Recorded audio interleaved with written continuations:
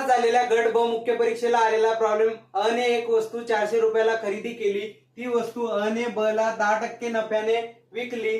ब ने ती क ला 20% तोट्याने विकली.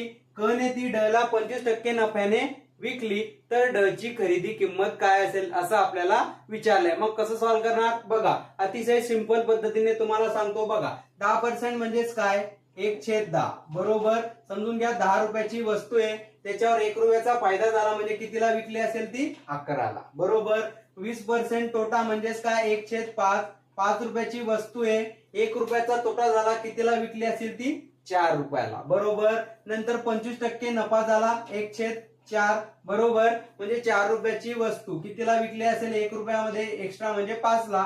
यांच्यामध्ये असतो गुणाकार बघा. म्हणजे हा 5 आणि हा 5 कॅन्सल झाला, हा 4 आणि हा 4 कॅन्सल झाला, काय उरलं फक्त 10 आणि 11 बरोबर. आता या 10 ची किंमत आपल्याला 400 दिलेली आहे. मग एका रेषेची किंमत काढू. 400 भागीला 10 किती येणार आहे, ते येतील 40. आता आपल्याला काय काढायची आहे, ड ची खरेदी किंमत, त्याचा रेशो किती 11.